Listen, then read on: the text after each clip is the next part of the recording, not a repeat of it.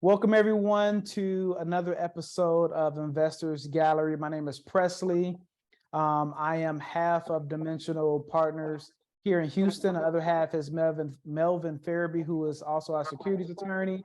And we are a multifamily investment firm. We do investments and developments. And we are in my home office that I built.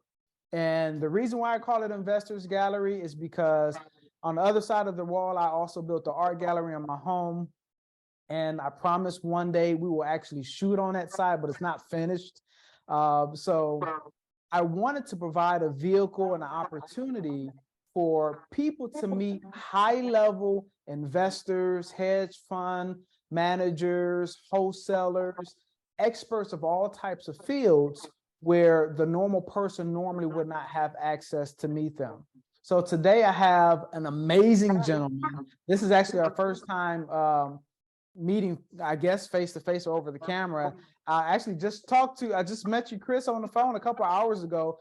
I like to keep all the information new because it makes the podcast a lot more interesting. If I know everything about you, then it's not a lot of questions to ask. So Chris, I really appreciate you being on the podcast. So tell us who you are, what you're doing, how you got into it.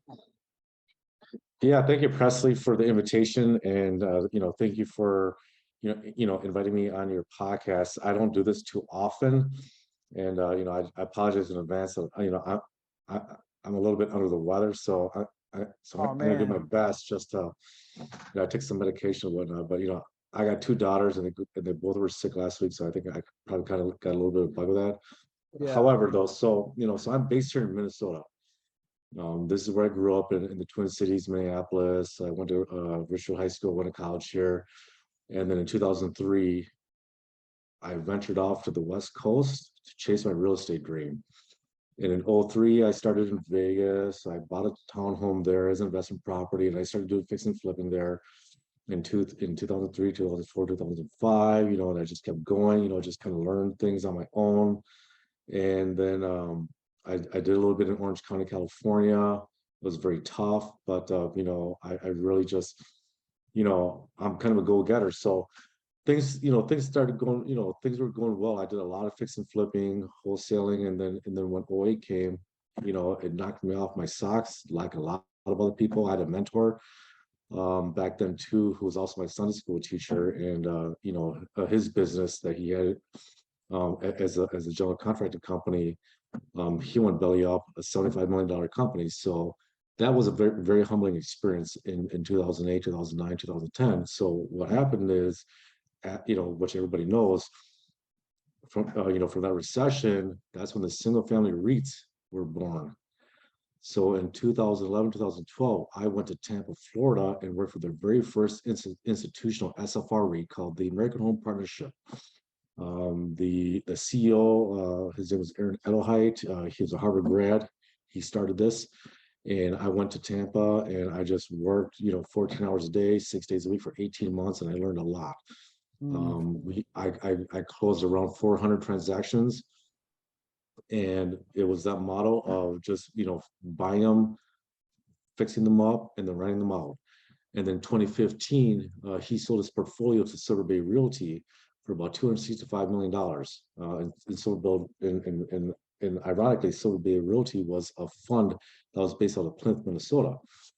So when that happened, I was kind of out of a job. And then so in 2015, I moved to Atlanta, Georgia. And in Atlanta, Georgia, in 2015, I worked for another institutional SFR REIT fund called Gordick Brothers Capital Management. And there, they eventually bought 2,700 homes, but the first 18 homes they bought from me in Atlanta. And from there, they asked me to move to Atlanta, work for them, be their boots on the ground aggregator, analyst, and then I helped them, acquire their 2,700 homes, and at that point the light bulb went off, where I then did it myself. Then I ventured off in 2016, myself and one other guy. We bought 40 single family homes in Atlanta. I did all the rehab. I was operator, boots on the ground, fixed them all up, stabilized them, and then in 2017, I was like, let's go buy a multifamily apartment. So my first multifamily apartment with my partner, just him and I, we bought a C4 unit in downtown Atlanta Well, I was actually 1.2 miles away west of downtown Atlanta, highly distressed in a war zone, but the numbers look phenomenal. We bought it at an in-place 12 cap, Wow. and I mean, the numbers look really good, but it was in a rough area of Atlanta called Bankhead. And so during that, so this is my first really taste of multifamily operations. But the light bulb went off my head again, even more. And in that 17 months, I learned so much. It was probably one of the most challenging projects that I ever took on. It was more difficult than operating those 40 homes in 40 different locations, but the light bulb went off. Like, just the operational, the revenue, understanding the NOI, forced appreciation. I did it. And in 17 months, I sold it and made a 66% net return on my money. And then after that, in 2018, I started learning about multifamily syndication. I paid for a few different mastermind groups. Do you mind sharing? Yes. So I first paid for Dave Lindahl's RE Mentor, Mm-hmm. and then I paid for Brad Sumrock's Apartment Mastery. Mm-hmm. So those two, the light bulb went off in my head. And then after that, in 2019, I sold all the 40 homes. I sold the 64-unit apartment, and from there, I moved to Dallas, Texas. And from that point, I just got myself immersed into multifamily, understanding the syndication. I was a property manager for 7 years. I understood I did not want to be a property manager. Yeah. I didn't want to be a owner operator because my logistical bandwidth just was stretched from those, right? And yeah, I did have a private management company, but they weren't into my best interest. So I fired them and I did it myself, and I just learned all the ins and outs. But after I sold those 40 homes, I was like, multifamily is so much easier to do. And it Yes, really was. So to me, that was like the greatest experience. And to have that passive income, I loved it. Right. I loved it. And then 2019, I got into, so after I did all my studying, paid for the seminars, paid for the mastermind groups, went through Brad Sumrock's program, went through Dave Lindahl's program, I met some really great people. We partnered up, and then we started buying apartments, 47 units. So right before COVID hit, we bought a 47 unit in Rockford, Texas. And, just like everything else in the nation, everything shut down, right? So that was a tough one, but we went through it. We just dug our heels, and we just went through it. So that was 2020, and then I moved back to Minnesota to be with my parents. My mom and dad. They're old, elderly. They had underlying conditions, and so since everything shut down, I was like, I need to go back home to Minnesota to take care of my parents, and my family's here, my kids are here. So I was like, all right, so I moved back, and when that happened, I got back into the Minnesota real estate. I understand it's a northern state. It's very different than the southern states. The politics are very different. However, I was very pragmatic.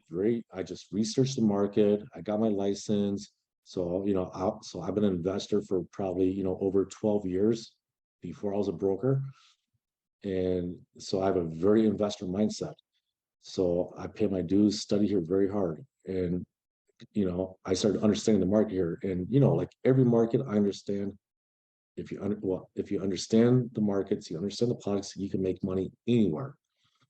And so, 2021, with my partners and I, we acquired another apartment complex, a Class B, institutional owned 217 unit in North Houston called Kendall Manor, and that was with that was with another lead sponsor. And so I invested in that. I brought money to the table on that. And so far to this day, I'm still getting some passive income. I get some tax deductions on that. And so that happened. And then in 2022, last year, I joined another commercial mortgage firm called NAI Legacy under the NAI Global brand.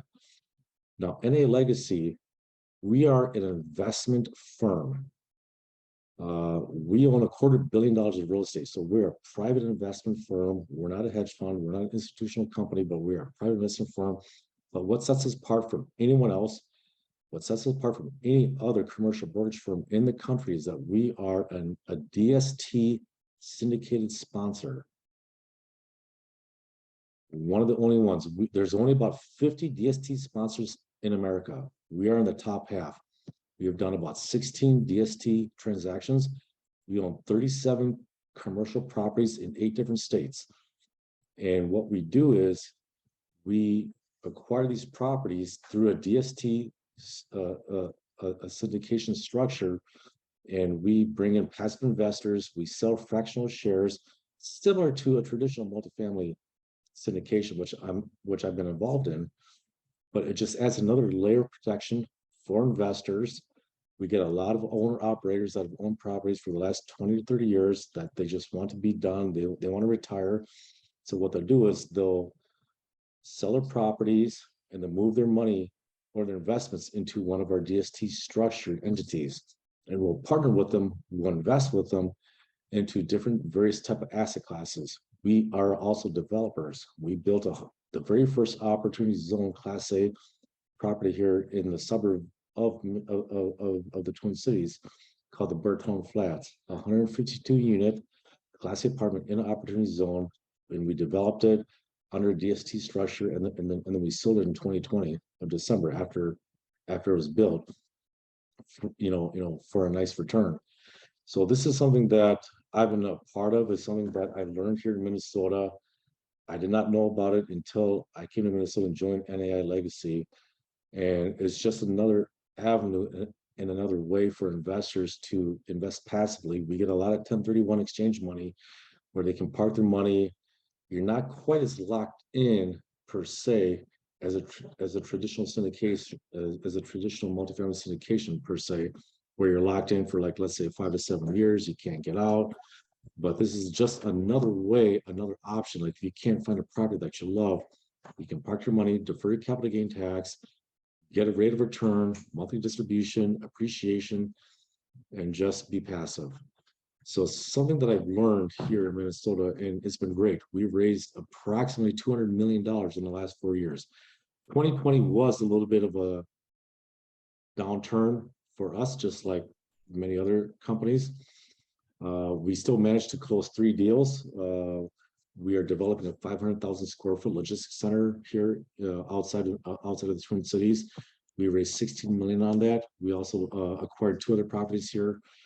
And so we raised about approximately 30 million of fresh equity and 1031 exchange money here in Minnesota, just on that. And these are investors from all over the country, 32 states. So that's one thing that I'm very proud of and very happy to be able to learn and to be able to provide is these type of opportunities where if you're looking to place money, passive invest, save, this is one avenue that we were able to provide. We also work with other investors that, let's say, they want to do it themselves and they own properties, but they want to take out certain partners. Let's say there's 13 partners in this particular investment that they have in the past. They all want to go their own way, do their own thing. This is another opportunity where we can come in, replace the ones that want to get out. It's called a drop and swap, DST. That's another way that we can provide value to investors. So we work with a lot of just like, per se, the mom and pop investors, the people that have owned for owner operators for the last 20, 30 years, but their time to retire, they want to have freedom of time. They just don't want to be active anymore. We provide the solution full cycle. I have so many questions. So I want to start back from when you went from the West Coast to the East Coast.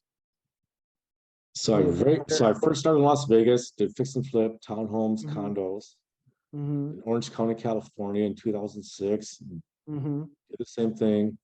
My ROI wasn't very good. I was getting like a 5% ROI on my money. I was like, oh, this sucks, spending a lot of capital to get a very small single-digit return. And then from there you moved, was it Florida? Tampa, Florida, correct. So when you went to Florida, tell me about how you were able to develop those connections. And let me preface that. Many books are written, many speeches are given, and they'll say, I went from here to here, or I had no money, I had nothing to my name, and I moved from New York to Cali. In my mind, if you don't have any money, I'm like, how are you buying a plane ticket? So I like to see and discover the intricacies and the details that most people are not asked or don't think to reveal, because I think they're key to other people. They either help people realize that they're on a correct path, and they give other people information to say, okay, if I don't have the resources, this is a way that that person did it. How were you able to find not necessarily the resources, but how did you get those connections to go from basically the West Coast over to the East Coast in Florida? Great question, Presley. And so one of my old friends, he was Ohio State graduate. He's also Korean adopted like myself.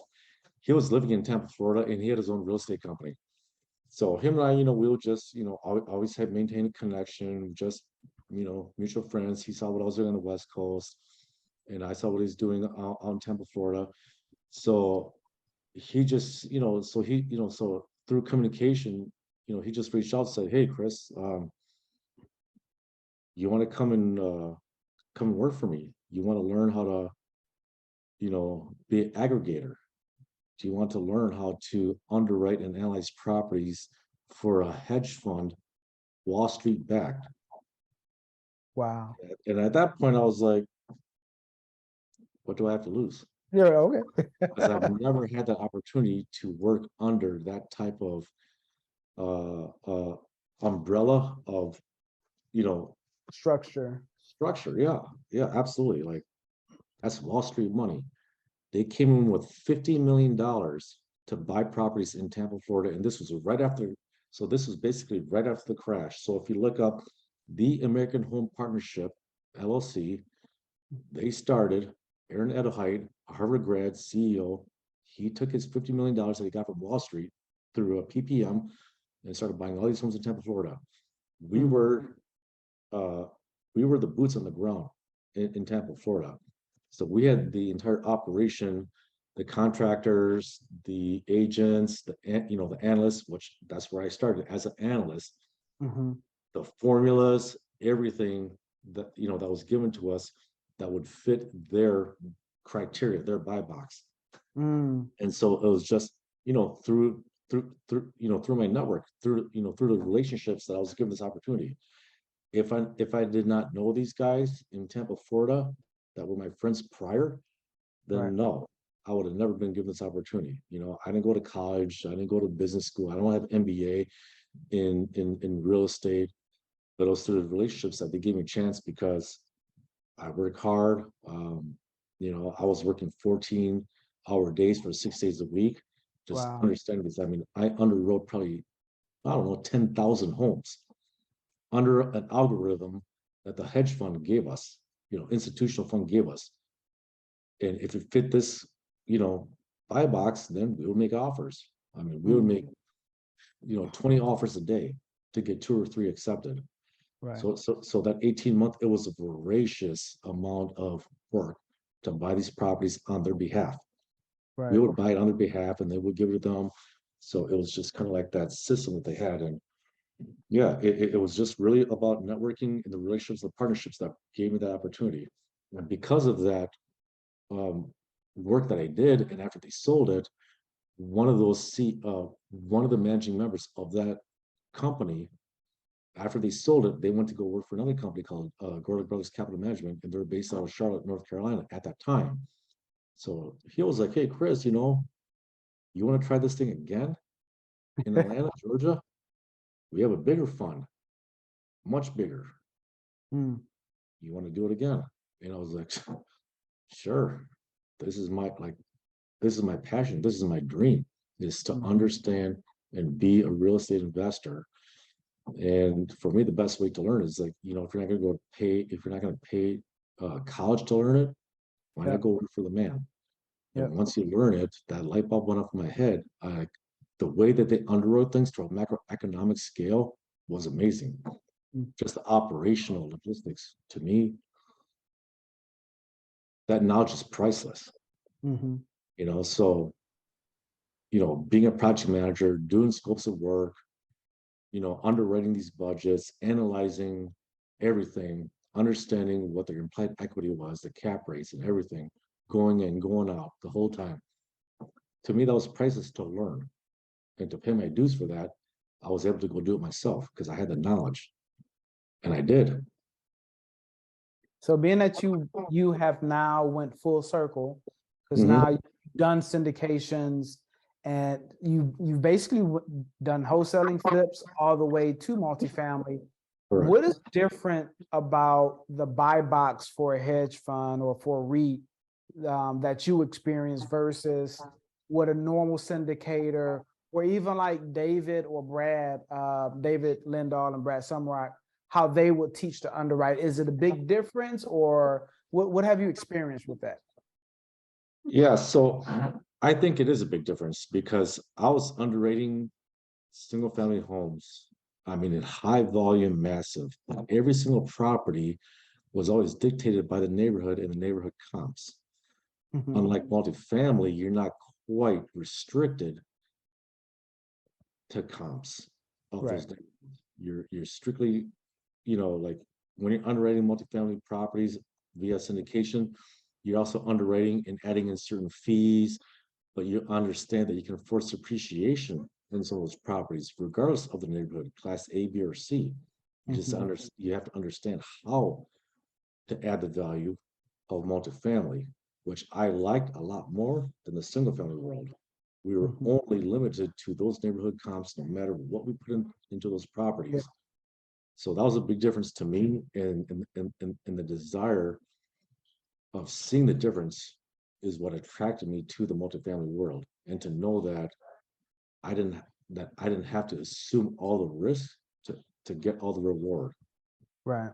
Versus a single family home, when I had 40 homes, when that tenant left, I had some HVA systems that went out, and once that entire system went out on that single family home, that was almost the years of the rental income. So that kind of hurt me, and it kind of gave me that gut check, right? Mm-hmm. 40 different roofs, 40 different locations, 40 different HVA systems. It got to me. And so when I understood the other side of the multifamily world in 2017, 2018, I was like, wow, this makes so much more sense, especially on a logistical standpoint. That 64 units apartment that I had in Atlanta, Georgia, made me more money, cash on cash, than those 40 homes that I had. Mm-hmm. Mm-hmm. Cash flow. Yeah. How would you suggest someone that's a brand new investor, let's say they're 25, Mhm. they don't really know anything about real estate, would you advise them, hey, go straight into multifamily, find somebody's course, David, Brad, it's Michael Blank, it's a Yeah. million of them. Find Yeah. somebody's reputable course, or would you say maybe you should start with single family just to understand, I don't know what kind of dynamic, because I don't want to, but what would you tell that 25-year-old person who does not have any real estate experience? Yeah. So from what I know today, and I'm about to be 48 next month. So when I was 25, we didn't have the information that we have today. Yeah. I didn't have access to YouTube and all these different programs that we have today. So today, I would absolutely 1000% tell that 25-year-old kid, learn and educate yourself about multifamily. Do not be scared. There's more zeros, but that's okay. Mm-hmm. But with that being said, it's also about trying to find the right mentor. Because in today's society, there's so many gurus, there's so many educators and coaches out there. Nothing wrong with them because I pay for them, but you have to find the right one that fits for you. Mm-hmm. You have to find the right one that kind of exemplifies of what you want to do yourself and the direction that Mm-hmm. you want to go yourself. So I think that's the big component for today. Mm-hmm. I would definitely from zero, if you have the opportunity, if you have the ability, if you have the wherewithal, jump straight to multifamily. I want to ask you a personal question. Yeah. Brad's and David's style, numbers are numbers, NOI, it's the same, Mhm. a Yep. building's a building, but their style is kind of almost opposite as far as their teaching style. Which one did you like better? So I went to Dave Lindahl's in 2018, and then I went to and then I went to Brad's in 2019. Mm, So for me, prior to that, I was already pretty well educated working for two hedge funds. I've had thousands of hours of underwriting, analyzing. The guys that I work for were already billionaires in the institutional world, Wall Street made, right? So when I went into the multifamily and I paid for these things, I was like, like I don't quite get it, but I get it, right? it's expensive. And it was expensive, and I didn't pay for the top tier, which is about 35 to 50 grand, Mhm. Dave and Brad's, because I already had enough experience. I was already owner operator at that point. Right. But the energy and the synergy that I did feel between the two, yeah, you're right. They're both different. Um, I was able to, like, shake hands with Brad Summer at his event. I was able to get a picture with him. I was able to just talk to him for a minute. Mm-hmm. He's a big, and he's up there, I mean, he's up there. I didn't quite get that type of connection with Dave Lindahl. He wasn't, he Really? was not approachable to people like me, Mm-hmm. even though I paid a few $1,000s. The Mm-hmm. information that I got from both programs were almost identical. The Mm. underwriting, the spreadsheets, all the forms that they use, the marketing, both of them are Really? very close. I mean, very close. Hmm. Multifamily syndication is SEC regulated, right? Yeah. How you do things, how you operate things. I mean, it's all pretty much the same. The only difference is the sponsor. Yeah. Yeah. Rod Khleif, Michael Blank, which I almost did something with Michael Blank back in 2018 as well, or no, 2019 in Dallas. Mm-hmm. We worked on a deal together. It didn't quite go that far, but yeah, I mean, all those syndicators have to follow the same rules, which actually I like. I like to be regulated. I'm doing it right now. I just closed on 142 unit with another big sponsor, Paul Montalago in Corpus Christi. I was part of that GP team, right? I like to be regulated because it keeps us honest, it keeps us ethical, and it keeps Yeah. us very transparent. I've raised millions of dollars last year in 2022 on multiple deals. And the reason is because I think is the investors that I brought to the table, they knew that everything was above board, up to snuff, Mm-hmm. regulated. Multiple people had to vet this out and to sign off on it. We got Mm-hmm. Fannie Mae debt, $7 million loan, so all these things to Wow, me, you went through Fannie Mae. What was the terms on that? 5.35 was the rate, interest only for 5 years, but 10-year total. Okay. Yeah. Yeah, it was an $11,600,000 purchase. Mm. Class A location, Corpus Christi, Class B property, owner owned Really? for about 25 years, direct off market. Yeah, Wow. yeah, yeah. So, so with that being said, I feel that, I am a, I'm a big supporter of multifamily syndications. It did explode in growth and popularity in the last 5 years. Yeah, it did. I've been an investor a lot longer than those 5 years. So I'm very pragmatic about it. I know that there may be some syndication groups that just popped up within the last 5 years that's had their back to the Most of wall. them. A Most lot of of them them. popped up. A lot of them. And we may see some things going on here in 2023 Yeah. that would give people with smart money on the, sit on the table opportunities. Yeah. My office here at NA Legacy, my principal, he's 60 some years old. He's been around for a very long time. He was he was a hedge fund manager on Wall Street, a $7 billion fund. And, he's been through two big recessions. So he understands how to mitigate risk, how to be conservative. But us as a private DST syndication, we're very conscious of our investors. And Mhm. for us to raise 200 million from investors all over the country and outside of the USA, to me, it speaks a lot. Right. What would you say your biggest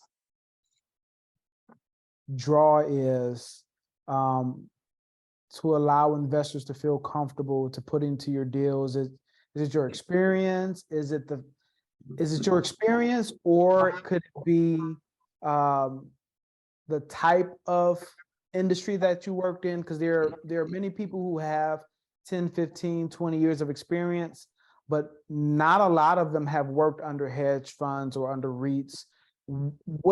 What in your work history or in your character you feel is the most powerful thing that draws investors to you?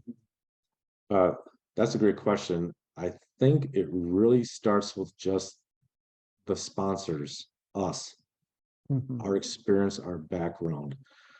The fact that we have worked at an institutional level gives us some credibility, but we are providing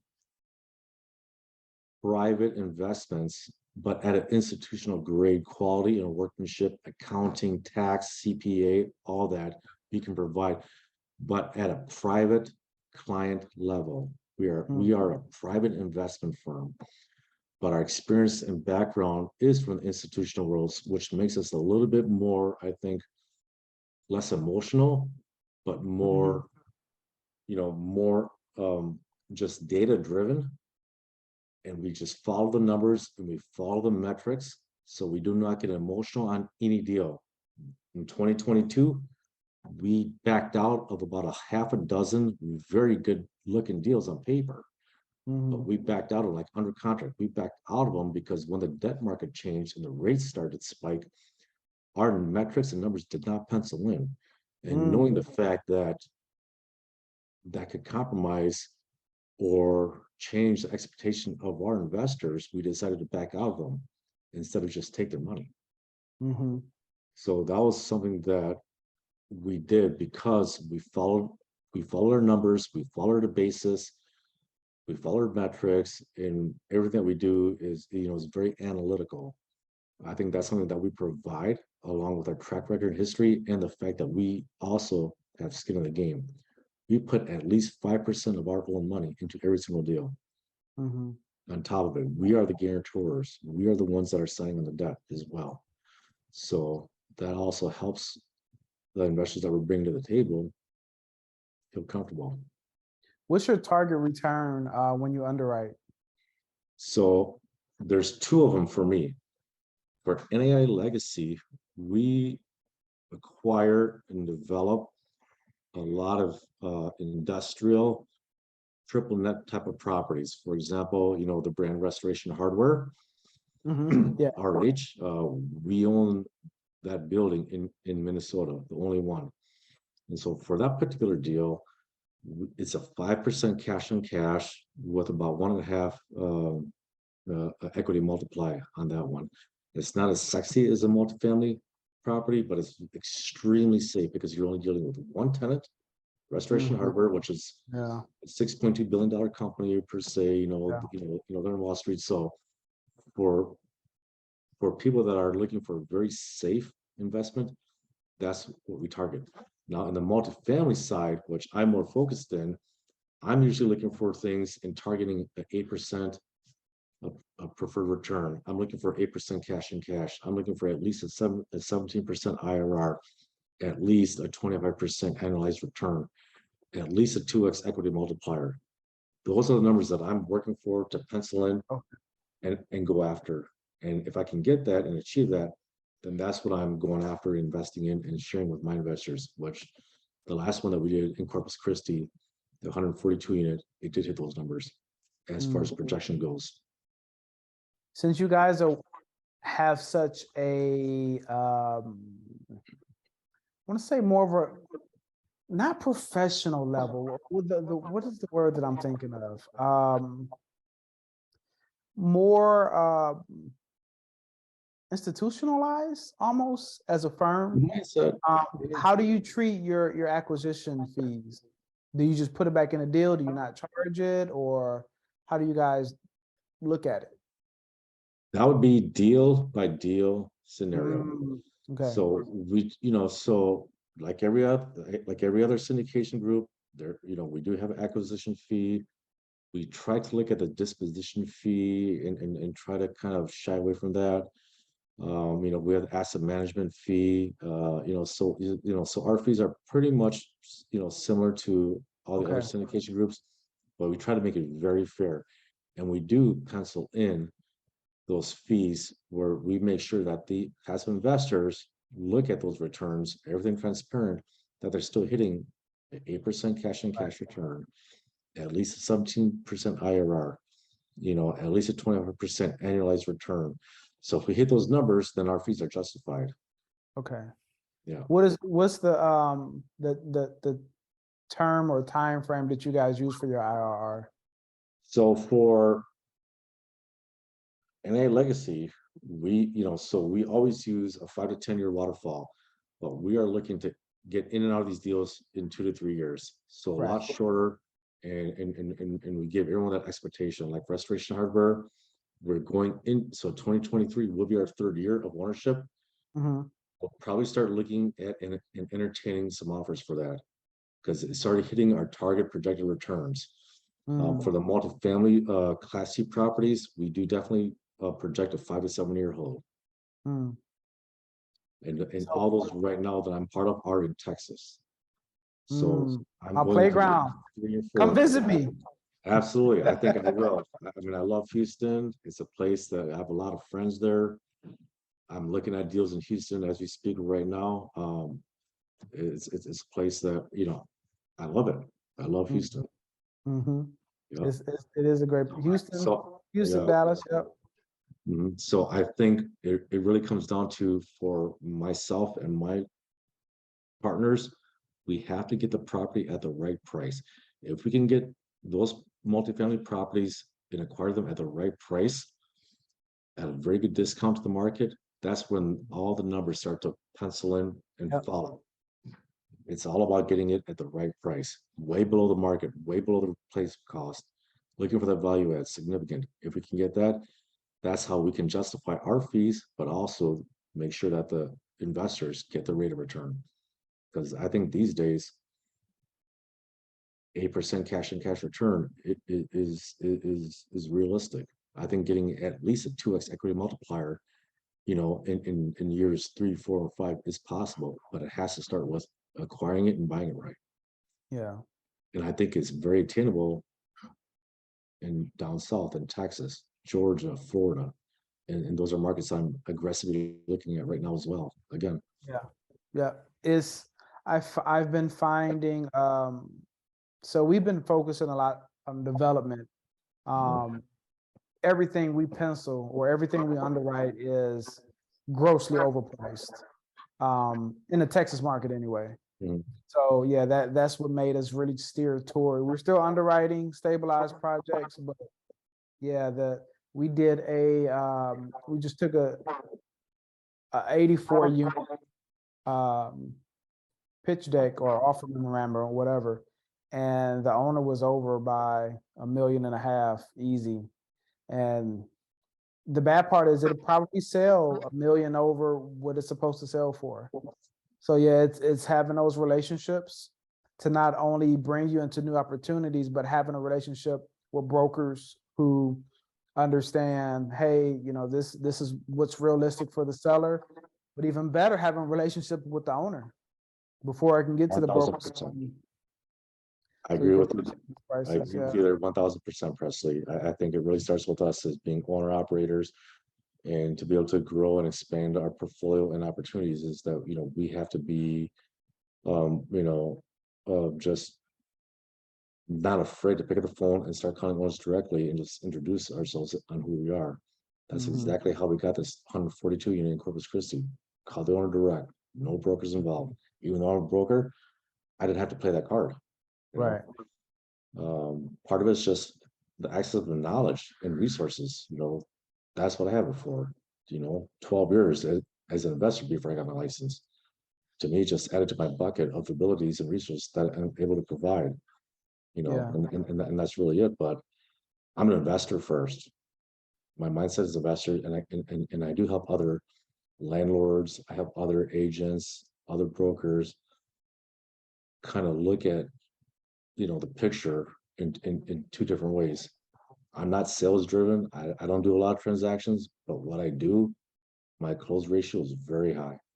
And a lot of what I do is off market. Mhm.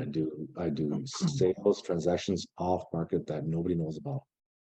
Mm. I So I have think that's the value that I bring versus the other commercial brokerage firms, you know? I have three more questions for you. You're kind of Okay, answering one of them, so I'll go with that question first. okay.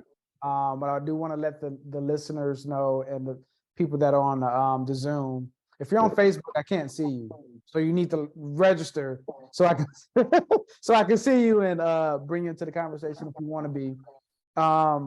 As a broker, because you're kind of already giving the answers to this, does that give you? Or let's backtrack. What kind of different perspective and understanding are you able to get as a broker, as a commercial broker, versus if you were just a syndicator? Being a broker, in my opinion, just gives me more access to information, gives me more access to resources to underwrite, look at different markets, give me different resources, and also just I have more people around me. I have a team of 16 people in my office that all have the same mindset. We are all investors, pragmatic, unbiased, but also brokers. We just have more resources at our disposal than per se just as an investor. Yeah. A lot more opinions that can be shared with brokers from other brokers. I mean, I work with CBRE, I work with JLL, I work with market small shop brokers as well. I get their information, you know, and I respect the information that they give. And to me, it's just another tool in my arsenal to use in my knowledge to help me as an investor, but also to help my other investors, my other partners who are not brokers, who are not licensed, Mm-hmm. but also gives me just a confidence that I'm working with a code of ethics, that everything that I do and say for myself, my partners, my team, and my clients is done with integrity. Mm-hmm. I'm gonna slide a fourth question in there. Do you do more 506B or 506C deals? Right down the middle, half and half. Really? I would have never guessed. I thought you would have said It- C all day. Wow. Not necessarily, no. They're about down the middle, like all of our DST syndications are 506C. Okay. Yeah, all accredited investors go into those things, you know, but we're still very particular with how we market it. You know, I'm very careful on how I market things. You know, like I'm not a broker dealer license, I'm not a Series 63, I'm Right. not a FINRA, but because we are sponsors, I'm a sponsor, you know, and I do have a very deep Rolodex of investors because I lived in 6 different states for the last, 12 plus years. I do know a lot of people. So I'm just, I have the, I guess for me, like I didn't ask for this, but I have the ability to be able to share this information and knowledge. And the fact that Mhm. I'm doing it, I'm investing, I own part of these things as an equity stake or, investing my own money, I have real world experience just to share the information and some of these deals, I did a 506B here in Minnesota in the Twin Cities in Minneapolis. Doesn't Mhm. sound good if you're outside of here, but it funded in 10 days. All 506B Wow. very quickly. Just friends and family, investors, Yeah. attorneys invested in this thing here in Minneapolis. If you don't live in Minneapolis, you think it's the worst city in America, but it really isn't. Yeah. Yeah. It's very robust here. If you understand the entire Right. city and the politics, Wow. you can make a ton of money here. There are REITs here that invest like crazy. Center Space, Timberland Partners, they're the 800-pound gorilla. They're big here. Blackstone, they're probably the number one investor here in Minnesota. Wow. You just Wow. have to know how to Yeah. understand the Yeah. logistics, which I didn't know either. Yeah. I was all about the red states because I Yeah. lived in it for 5 years. I lived in Dallas for 2 years. Yeah. That's where I owned all my stuff and I did very well. But now I'm here in Minnesota, I'm like, okay, well, it's not as bad as people think. You just have to understand how to invest and where. Mhm. The rent control laws that they talk about here all day long up here, it's not as bad as you think if you know Right. how to use Right. it to your Right. advantage. I got landlords here that can rent control what? You know, I got 15 properties here in Minneapolis, and during COVID, they all paid me. Wow. All right, question number 3. Um, I wanted to ask this earlier about your 64 unit. What did you learn from being that hands-on? Because it was your baby. That was like one of your It was. first babies. What are the first 1 or 2 most powerful, impactful things that you learned from being that close and hands-on to a multifamily? Yeah, so that was 1.5 miles west of downtown Atlanta in a neighborhood called Bankhead. I've heard of Joseph, it. Joseph E. Boone Boulevard goes straight into the epicenter of drugs and gangs of Atlanta. Wow. So on paper, though, it looked phenomenal. I'm like, oh, wow, a 12% in place net cap rate, 75% occupied. I got to go get it. And, you know, this was my 3rd year of living in Atlanta. So for me, you know, I'm just about numbers. So what I learned from that property is you have to kind of understand what the X factor is when you're buying properties. Multifamily, single family, it doesn't matter. What is the X factor? And that X factor to me was the human element of real estate. Yeah. The property itself will not shoot back at you, punch you back in the mouth. But those tenants, they will. Yeah. They will. So what I learned from that property, and you know, like it was rough. When I took over that property in June of 2017, a month later, I had to evict 21 of the units because those 21 units were either gangbangers, drug dealers, pimps, prostitutes, but they were paying rent, but illegally. Right. So, you know, going through my due diligence and checklists and vetting all that out, you know, I had to get some help from Atlanta PD to get them all out. Well, 30 days later, about a month later, you know, I was going down there doing my thing, checking the property, you know, I had contractors working, fixing things up. And it was, it looked like the Carter. If anyone knows what New Jack City was, the movie of the 90s. That's what they called it in Atlanta, Georgia. Mm. The Atlanta police, they nicknamed, hey man, you just bought the Carter. I'm like, what? But I didn't know that back then. So Yeah. what I learned is the X factor. You really have to understand what is the risk of going in and out of property, dealing with the tenants, how many phone calls you're going to get, the workload, the calls, and you know, it's just, you know, the evictions, you know, having to deal with, you know, just putting out fires constantly on a C-class property in that type of neighborhood. I learned you have to be very careful on location. Yeah. Even though the numbers look very good, you know, today I would never buy a property that's in a never. I'll be very careful, even accepting Section 8. Like I had Vash, like Vash Section 8 renters in there, and you know, I mean, you know, you're getting the money from the, from the county. But those tenants, they are constantly calling you for every little thing, Yeah. nonstop. And it was a great experience. Like I had a tenant there that lived there for 35 years. You know, they had Yeah. iron bars on their windows, you know, like plastic windows, like Yeah. I replaced all that and put in, you know, vinyl sliding windows. I gave them another, you know, I put in all HVAC systems in there because they didn't have it. There was no HVAC system there. There was just AC window Yeah. units, Window units. and that was it in Atlanta, you know. And so I changed the entire culture of the complex. I eliminated all the drugs, the gangs, the violence. I limited all that. And so, you know, and so towards the end of the 16, 17 months, you know, I had some tenants that, you know, that were just, you know, before they were, you know, they're threatening me, like threatening me in the beginning.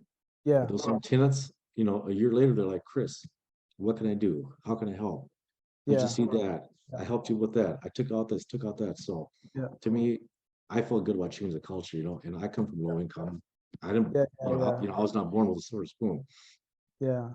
But to me, it felt really good to be able to change the culture of that property. And I made some good money doing it, but to change the culture and to change lives and make it a safe place. And so I sold that to another bigger private equity group. and they continue on what I started.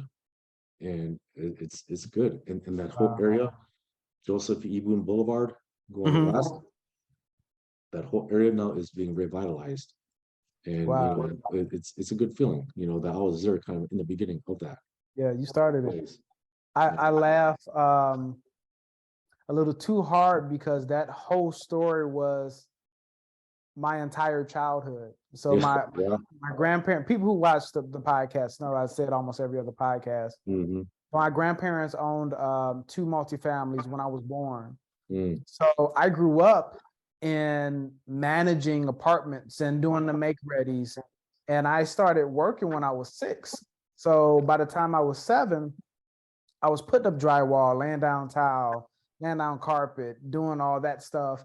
And as you're talking, I'm having flashbacks of knocking on tenants' doors and collecting rent and just all the memories from a kid mhm. to about 18 or 19 years old. I did that. But yeah, so yeah, you brought back a lot of good and interesting memories from that past. Real life, Last question. yeah, Huh? real life stuff, real life stuff. Yeah. I mean, if you go back to my Facebook in 2017, so you got to scroll back a little bit, you will see a video that I posted of the raid that they did. I mean, gunshots were firing. I was hiding behind the Wow. police. The SWAT team was there. But there's about a 30-second, no, well, maybe less than 30-second video clip that showed the day that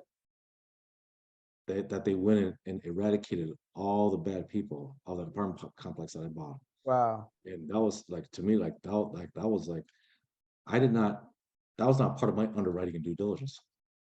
It was not. But that woke me up to realize, man, like, I got girls, I got daughters, like, I want to go home at Yeah. night. Yep. But I did not give up. After that happened, I kept going at it. I hired armed security guards to come with me every single day to the property for 9 months. I was wondering how you. So yeah, that was in the back of my mind because I know how that works, and I was like, "Wow, he's evicting people," and I haven't heard anybody. Okay, Yeah, that well, makes sense they now. shot up Okay. yeah, I mean, somebody shot, I got 2 bullet holes in my car from one day. When I came Mm, down there a month later, they shot up my car. They try to kidnap me. They try to extort me. yeah, So for those first three sounds months about right. of that property, I like my head was on a swivel, and honestly, like I was scared, I was nervous, but I was like, Yeah, I'm already invested. I spent over $600,000 on rehab on this property, yeah, so I did not want it to fail. yeah. And yeah, I literally had to hire armed security guards to go with me every single day Wow. to get it done. Well, thank you for being that initiative and starting that revitalization. Because I'm sure you've changed a lot of families, the ones who were in there rightfully, and maybe had kids, and it helped Mhm. kids not be around a certain type of environment. So yeah, I appreciate that. Last question about the DST. Mhm. Explain that is a topic that I don't think we've ever talked about, and I'm honestly not that familiar with myself, unless I'm just not familiar with the acronym specifically. Go into some details of that and how your firm uses that to your advantage. Yeah, so DST stands for Delaware Statutory Trust. So what we do is we set up a trust in Delaware with a trustee, and then that entity controls and owns a property that we acquire. Our LLC, whatever it is, goes into the DST structure as a managing member operator, but Okay. the DST trustee is the one that holds the property, the commercial Mhm. property. And so with that, it's just one extra layer of protection Mhm. for investors. And it's another way for investors to come in and mitigate or lower their tax basis. Mhm. It's a way for 1031 exchanges because we've already got the debt. So if you need to replace debt from your 1031, well, we've already provided that solution. So you don't have Mhm. to then do it again and fill out the paperwork for for the property or cosign for the debt that may be on a traditional multifamily syndication, which is very common. So we've already covered all those bases for you as an investor. And at 1031, we're just coming in with just regular capital, regular equity. We just add another layer of protection. Okay. And again, it's SEC regulated. You know, we have our SEC attorneys here that handle all that. But also one thing that, so for another thing that happened, which makes it a little bit easier, is that we had a gentleman that passed away here about 4 months ago in the restoration hardware. He had $1.3 million invested into it. When he passed away, his $1.3 million, his shares went directly to his heirs. The heirs were already set up through this DST, his two sons. So his two sons decided, well, you know what? We just want to cash out the money, right? We don't want to put it anymore. So because of our DST syndicated structure, we were able to easily take out the 1.3 and give it back to his sons, his heirs, all set up through the DST syndicated structure and paperwork. And the $1.3 million that's sitting there right now open, then we can easily replace it with a lot less fees to another investor like yourself or somebody else. Yeah. Or we as a sponsor can just take that and assume it ourselves. Right. Just earn this our rate of return. It's a swap. Very simple, less paperwork, less things. Like we don't have to change a whole lot of things, change the operating agreement. We don't have to do all these things that you may have to do in a typical traditional syndication model. Easier to get in, easier to get out, if Awesome. needed to be. That makes sense. Yeah, we have a couple of Delaware entities, and yeah, they're fun. I remember the first one we tried to open up a bank account with. I'm not gonna say the bank's name. Yeah. And they were like, "How you can't open up a bank account with this?" And I'm like, "Huh?" So yeah, we got it done. But yeah, Delaware is a very special place. It is. Yeah. It's a good place to hide stuff. Yeah. There's approximately only 50 or so DST sponsors in the US. Like, for example, the big one is like Pasco multifamily. They're a multi-billion dollar company. They do DSTs. Inland Group, I think they're based out of Chicago. They're a multi-billion dollar company. They do DSTs, but they're the fund, they're the REITs. So we do the exact same thing, but we can give a higher rate of return because we are a private investment company. We're not an institutional REIT DST. Right. I appreciate it. You've been such a blessing, but I want to make sure that the people that we have logged on, does anybody have any questions or comments for Chris? And you have to unmute yourself. I think I gave everybody the ability to. Go ahead, David. Hey, Pressley. Chris, this information is great. I've been chasing real estate for a long time. I'm not giving up on it. Just sadly, I haven't had the connections that like you established. You know, networking is key. And I wish I'd have known you 3 years ago at the start of COVID, because there was a 278 unit here in Vegas that had that same capabilities, and it finally sold at the start of 2022 for 25 million more than what I could have picked it up for, and nothing was done to it. So David, you're based in Vegas? I'm currently in Vegas, yes. I lived there for 8 years, so I know that market very well. That's where in 2003 I moved to Vegas, and that's where I started doing my real estate. How long ago were you here? Because things have changed in the 8 years I've been here since 2014. Yeah, absolutely. It's definitely changed. Yeah, I left Vegas in 2011, and that's when I went to Tampa to work for the hedge fund. And they have another 8 billion in development over the next 5 years down Las Vegas Boulevard from Stratosphere to South Point. So you might want to start looking at this market again. Actually, I am. I have some of my business partners are in Vegas right now, and I have a lot of resources and a lot of friends in Vegas to this day. I'm just, I'm very conservative in my numbers, but if there was an opportunity in Vegas, I would absolutely jump on it because I have all the resources there to do something. And David, if there's a time, outside of this call, we can kind of go into a little bit more of a deeper dive to see what that looks like. Absolutely. I have a Do lot you of work resources. in development, ground up? I am. We are.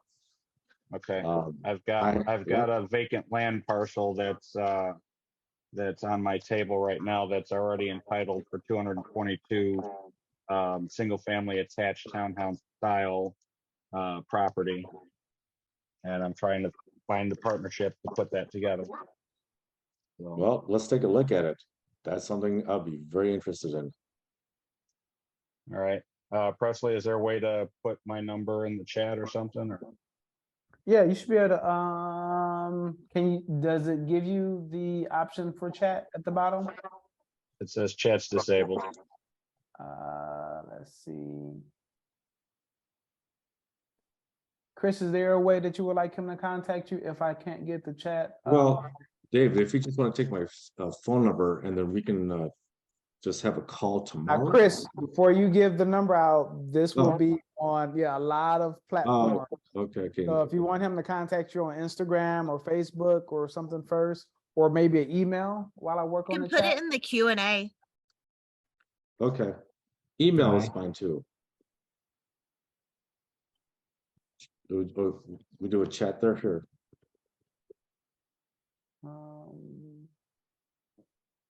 Let me see if that works. I'm in the chat box. Do Q&A. It should be over to the right from the chat. Oh, Q&A. There we go. Okay.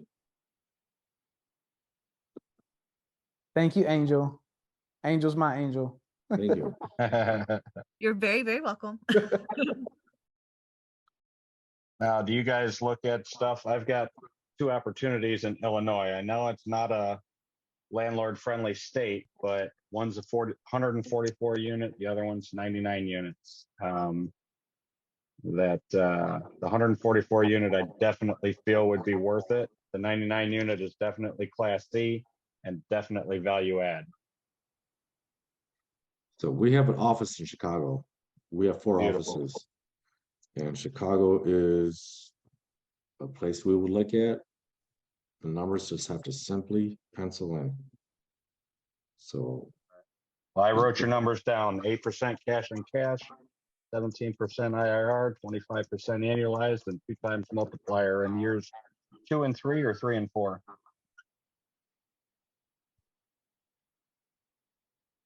yeah, I mean, anywhere between 3 to 5 years.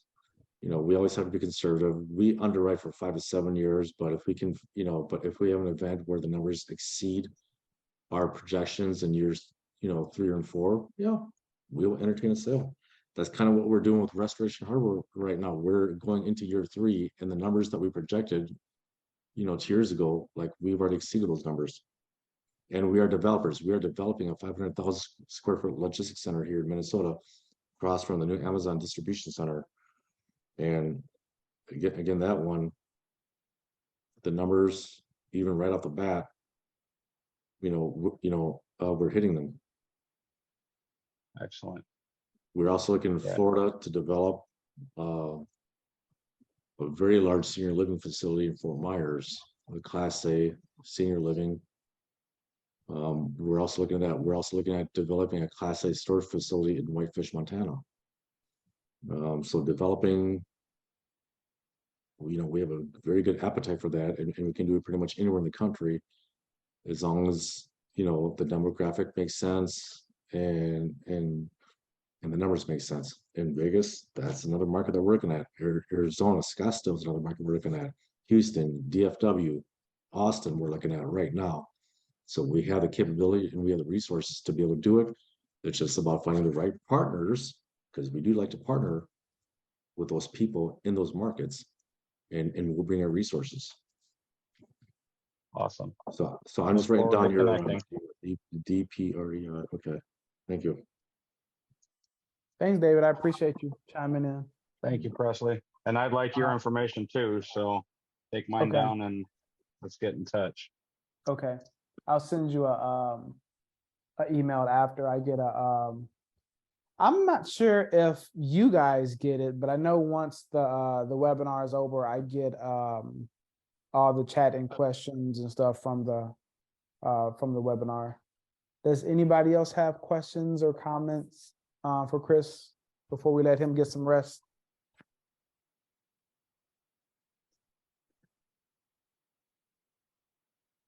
All right, I don't see anybody unmuting.